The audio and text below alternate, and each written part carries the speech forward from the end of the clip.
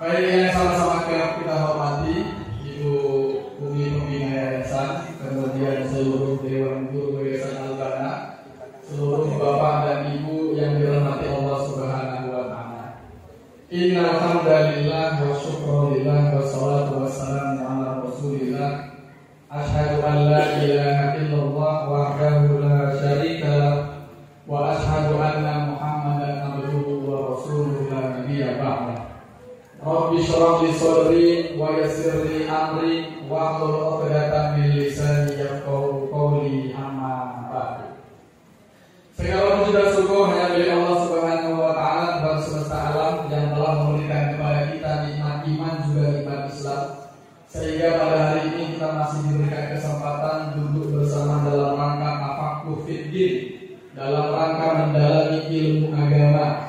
Semoga duduk kita pada hari ini diberkahi oleh Allah Subhanahu wa Ta'ala, dan semoga semua langkah kita penuh berkah. Semoga kita semuanya bisa ke Mekah. Semoga kita bisa tawaf keliling Ka'bah. Semoga kita bisa sa'i dari Safa ke Marwah. Semoga kita bisa bermalam di Padang Arafah. Pulang dari Mekah rezeki semakin bertambah. Semoga bisa beli rumah. Semoga bisa beli mobil mewah. Semoga bisa nyalon jadi lurah. Yang belum nikah semoga bisa nikah. Yang sudah nikah semoga bisa lama. Amin ya Pak. Bapak yang baik banget. Masya Allah. Ibu dari yang dilekangi, Bapak semua yang dilekangi. Baik Bapak dan Ibu yang dirahmati Allah Subhanahu wa Ta'ala, alhamdulillah ini kesempatan yang sangat luar biasa.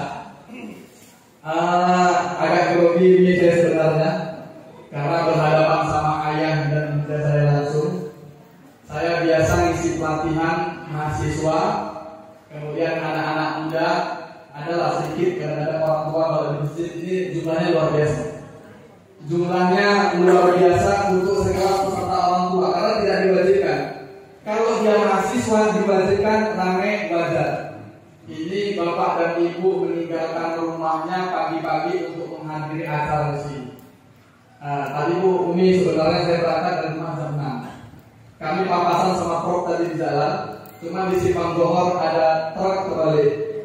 Truk membawa tangkang sawit. Jadi musim panas, musim berasa. Karena beliau pelannya agak beda sendiri. Jadi memang posisi di belakang saya mobilnya. Ketika lewat kan tentang polisi kan nggak berani apa-apain. Saya kan pelannya pelan hitam, nggak berani lagi tuh ya. Tadi mau gitu nyanyi Pak, ini darurat. Iya kalau dia Pak, kalau nggak paham maksudnya mau mobil ditahan kan. Ini darurat, udah mati.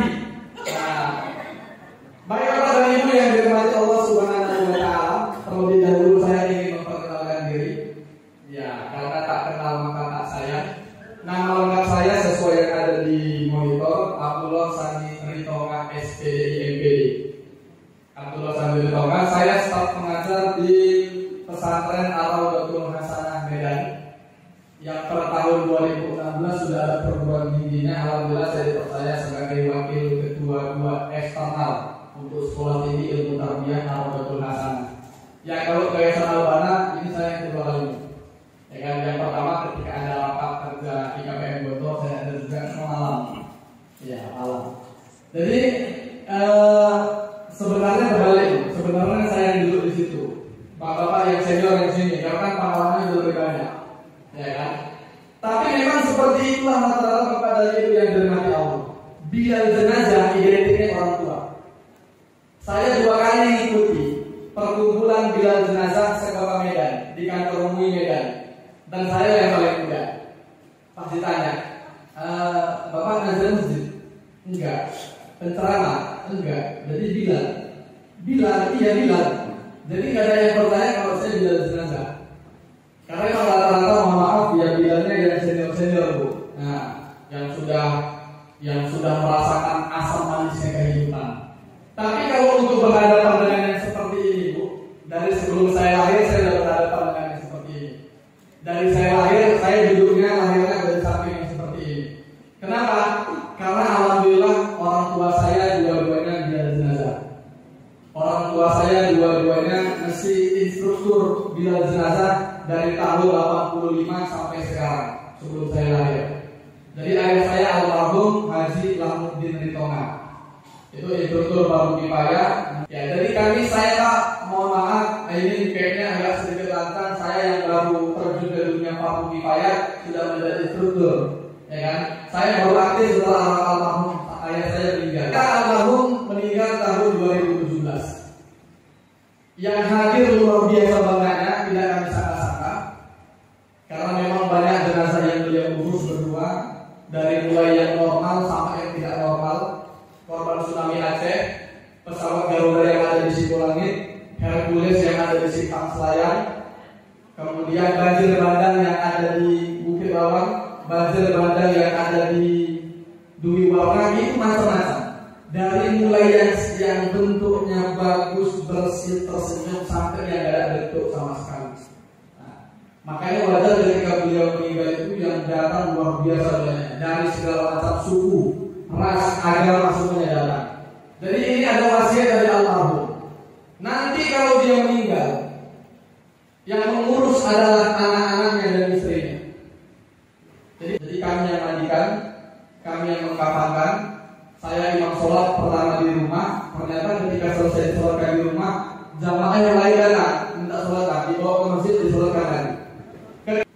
Jadi dari mulai memandikan, mengkafankan, mensolatkan, menguburkan, semuanya masuk ke dalam itu. Alhamdulillah selesai. Ternyata orang tua maunya cuma itu. Betul Bu ya?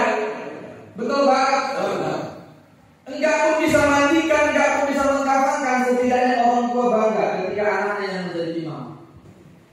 Qadarullah, ketika saya sudah berniat untuk mengurus jenazah, bila jenazah yang ada di pesantren meninggal dunia, bila jenazahnya kebetulan murid ayah saya juga, murid Buya, bolak-balik ngajak saya untuk beli perlengkapan Fardu Kifayah, saya nggak tahu. Nanya-nanya saya jelaskan karena saya sering ikut pelatihan. Nih, karena kalau teori saya ke Aceh ikut, hampir seluruh daerah Sumatera Utara Aceh saya ikut. Karena ketika Buya ngajak untuk pelatihan Fardu Kifayah, saya supirnya. Supir, kemudian saya duduk di sini sebagai peserta. Saya lihat terus, jadi teorinya dari dulu saya sering ikut, cuma praktek saya belum pernah. Kayak Pak Kades tadi Bu ya kan, dapat sertifikat 21 tapi belum pernah lulus. Ya, saya sering ikut pelatihan. Ya kan, ikut pelatihan dari Buya dan Umi itu, cuma saya belum pernah lulus jenazah. Jadi ketika Bilal di pesantren minta tolong saya untuk beli perlengkapan, saya nggak mau.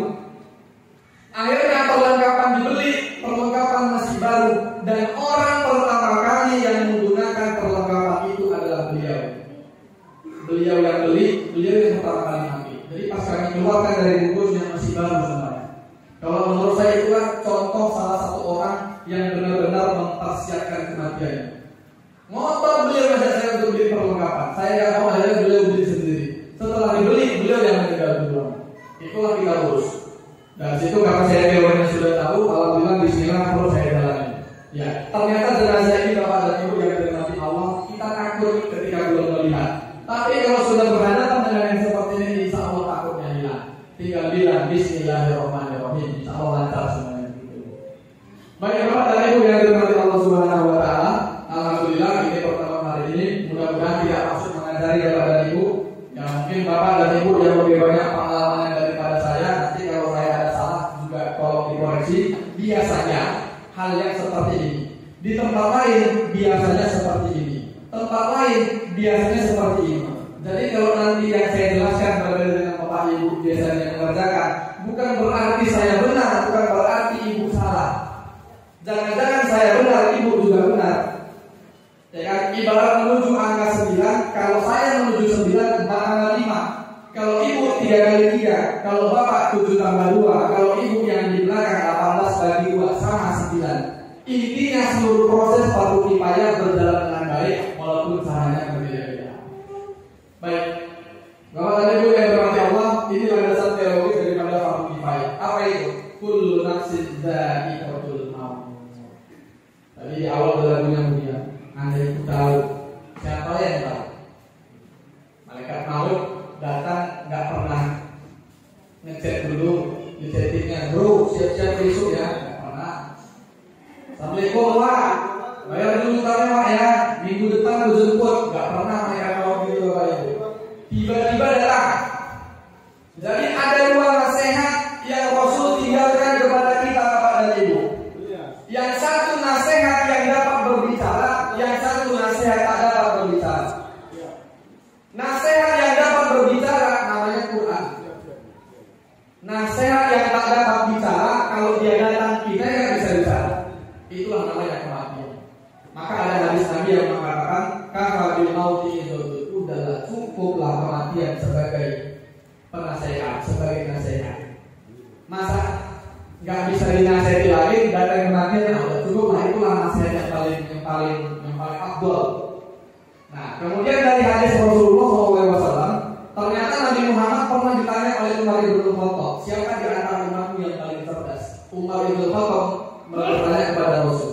Rasul menjawab, umatku yang paling cerdas adalah yang paling sering mengingat kematian dan mempersiapkan diri untuk kematian. Hari ini Bapak dan Ibu hadir di sini, salah satunya adalah mengingat kematian.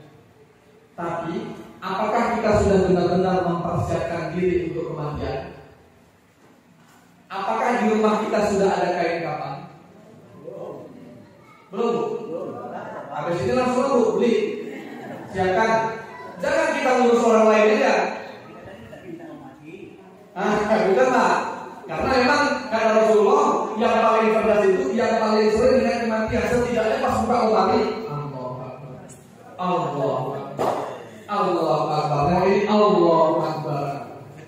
Karena kita begitu nanti Bu. Ya kan?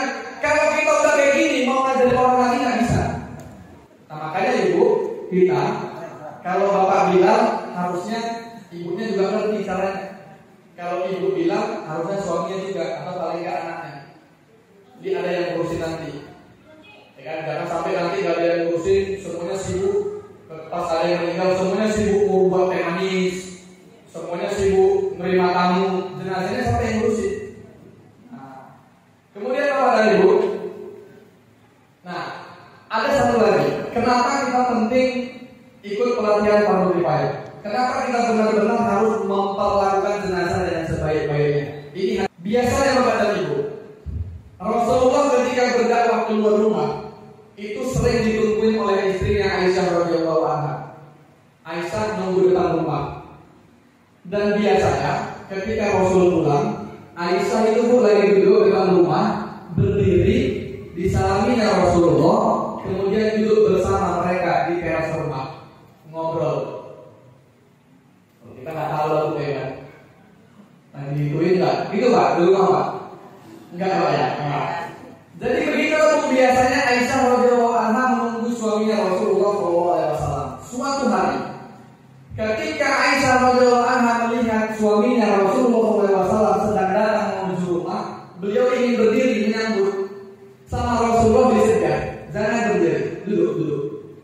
Akhirnya Aisyah radhiyallahu anha duduk depan rumah. Duduk, Rasulullah datang, dia mungkin karena capek, Rasul istirahat. Tempat ternyaman Rasulullah istirahat adalah di pangkuan istrinya Aisyah radhiyallahu anha. Istirahatlah Rasul di pangkuan istrinya, dibelai rambutnya oleh Aisyah radhiyallahu anha, dipijit-pijit bahunya, dipijit-pijit kepalanya, ke hidung, sampailah ke dagu. Sampai ketika Aisyah memijit dagu Rasulullah, Aisyah radhiyallahu anha menangis. Menangis tanpa suara, cuma airnya berjatuhan. Sampai-sampai air matanya jatuh ke pipi Rasulullah, air matanya yang hangat membangunkan Rasulullah, terbangun Rasulullah. Ditanya oleh Rasulullah, mengapa engkau menangis wahai istriku? Apa kata Aisyah radhiyallahu anha? Wahai Rasulullah, kubelai rambutnya, kupijit kepala, kupijit dagunya, kuhitung ada 17 helai janggutmu yang berwarna putih. Dan aku berfirasat engkau sudah tidak akan lama lagi berada di sisi kami. Bapak kan langsung hitung lebarnya Pak. 17, Mak 20 lebar. Bapak tahu beda ya? Syukur Pak, dia nggak dapat ya Pak. Nah, Pak. Jadi ibu nanti pulang rumah, yang pertama kali tengok dulu jenggot suami. 15, masih anak kok Pak, masih lama gitu. Bisa ketawa. Cuman kalau udah 17 Bu, 19, malam-malam masih dikira kopi. Jemput Pak, 19 sudah yang putih. Karena kata Aisyah radhiyallahu anha, kuhitung jantungmu ada 17 helai yang putih, dan aku berfirasat hidupmu tak lama lagi berada di sisi kanan. Enggak disalahkan sama Rasulullah, benar kata Rasulullah. Jadi itu Pak, salah satu ciri-ciri orang yang sudah dekat waktunya. 17 helai. Bapak ada? Walau itu. Nah, cuma beda. Nah, jadi Bu, ya Bu ya, nanti pulang rumah apa yang pertama kali tengok? Apa ya Bu? Tengok, ada berapa?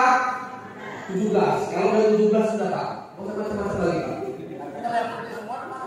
Ya kalau udah lebih ada Bapak Bu, gimana mau kita bilang? Ada banyak cakap Pak, itu lagi kira-kira. Nah, putih semuanya, itu udah siap-siap. Tandanya berbanding. Nah, itu bahasanya. Jadi Rasulullah tidak mereka apa yang dibilang Aisyah, tapi Rasulullah bertanya, wahai istriku Aisyah, tahukah engkau kematian itu sakit? Iya, kematian itu sakit. Tahukah engkau kalau jenazah ini masih bisa menangis, jenazah ini masih bisa merasakan kesakitan? Kata Aisyah, enggak tahu. Jenazah bapak dan ibu masih bisa menangis sekuat-kuatnya, dia masih bisa merasakan kesakitan.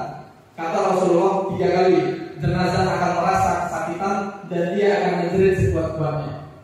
Aisyah bilang, mungkin jenazah akan sangat sedih ketika ia digotong menuju kuburan, anak istrinya, keluarganya berada di belakang. Benar. Tapi ada yang lebih menyakitkan daripada itu. Kata Aisyah, kalau begitu yang lebih menyakitkan adalah ketika jenazah dikuburkan semua keluarganya pulang. Iya, itu menyakitkan bagi jenazah. Tapi ada yang lebih menyakitkan daripada itu. Apa itu? Kata Rasulullah, jenazah ini akan sangat ketakutan ketika ia bertemu dengan Bilal mayit. Ini adalah orang-orang yang tidak bisa jenazah ini. Kita lagi Pak. Ketika jenazah ini masih di rumah, masih disemayamkan, Bilal mayit belum datang, dia masih tenang, masih santai. Tapi ketika Bilal mayit sudah masuk, assalamualaikum, ini dulu takut, ini menjerit. Kenapa? Ketika ia mau dimandikan 3 kali Pak, dia akan ngasih instruksi sama Bilal jenazah. Cuma kita tidak benar. Bahkan beberapa riwayat dibilang jenazah itu ada yang menjerit sekuat-kuatnya. Ceritanya terdengar oleh seluruh penduduk langit dan bumi kecuali 2 yang bisa dengar. Siapa yang bisa dengar? Jin dan manusia. Makanya kita pas takziah masih bisa ketawa-ketawa. Kenapa? Tidak dengar kita ceritanya. Pas takziah masih bisa ngomongin orang lain, masih bisa. Kenapa? Karena kita tidak dengar ceritanya. Kata ulama kita, seandainya manusia yang masih hidup mendengar cerita jenazah, tak satu pun orang mau ngurus jenazah. Semuanya sibuk ngurus diri masing-masing. Balik ke rumah, duduk, sholat tobat. Yang belum bayar utang cari mana nih? Bayar utang. Yang pernah menzolim orang lain minta maaf. Begitulah kalau kita mendengar cerita jenazah. Masalahnya manusia dan jin tidak mendengar cerita jenazah. Makanya kita masih bisa ketawa-tawa ketika takziah. Jenazah akan berteriak pertama kali ketika bajunya ini dibuka oleh Bilal jenazah. Ia akan berkata, wahai Bilal jenazah, tolong buka pakaianku dengan pelan-pelan. Karena aku masih merasakan kesakitan ketika malaikat maut mencabut nyawaku. Maka kalau jenazah pakai kaos, jangan dibuka kaosnya itu, digunting. Kalau pakai kemeja masih bisa dibuka, alhamdulillah. Kalau nggak bisa, nggak bisa. Karena ada hadis yang mengatakan mematahkan tulang jenazah sama dengan mematahkan tulang orang yang masih hidup. Zolim sezolim-zolimnya. Ini jenazah pakai baju ketat, pas meninggal kita buka karena kita nggak tahu, dia menjerit. Salah sendiri, kenapa mati pakai baju ketat? Pas dibuka menjerit, ya kami nggak dengar, sorry lah. Jadi makanya lebih bagus dipotong semuanya, baik yang dalam maupun yang pakai di luar dipotong. Karena pesan dia pertama,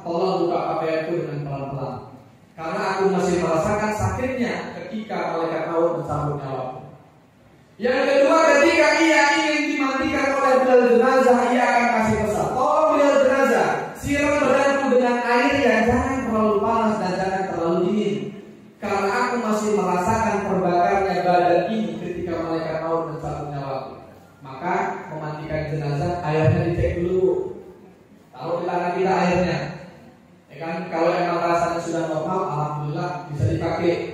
Kalau ada jenazah diberas lagi, jangan airnya langsung diambil dari mata air, langsung dari mata air ditampung. Taruh dulu di tempatnya. Apakah ember atau ada bak penampungan, biar normal dulu suhunya.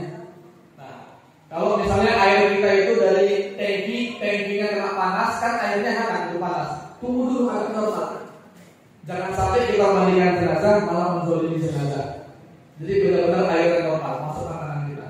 Udah normal baru bisa kita mandikan. Yang ketiga, jenazah akan memberikan pesan ketika ia ingin digosok badannya. Apa katanya? Wahai bilal jenazah, tolong gosok badanku. Gosok pakaian pula. Nanti wahai bilal jenazah, tolong gosok pakaianku, ambil jengkatku enggak. Tolong gosok badanku dengan pelan-pelan, karena aku masih merasakan perpisahnya antara tulang dan daging ketika malaikat maut mencabut nyawa. Jadi Bu, kalau ada bilal, kalau ada jenazah pakai cincinnya udah ketat. Kalau memang nggak bisa dibuka, nggak usah dipaksa Bu.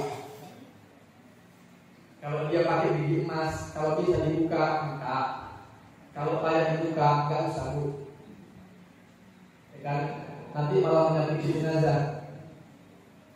Maka orang-orang tua kita Bu, yang masih pakai cincin yang ketat dikasih tahu, Nek, ketat kali cincin Nek. Nanti kalau udah dipanggil, kayak mana kamu bukanya? Iya, kalau kita ngerti Pak, kita kan ikut pelatihan ngerti. Oh, kalau nggak bisa dibuka, nggak usah, biarkan saja. Gimana Bu?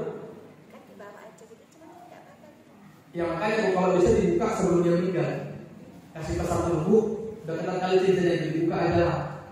Nah, kita teruskan Bu ya pertanyaan jawab. Jadi itulah tadi pesan jenazah. Makanya kita penting untuk mengikuti pelatihan fardu kifayah biar gak asal-asal Pak mengurus jenazah. Khawatir kita merasa sudah menolongnya, ternyata kita menzaliminya.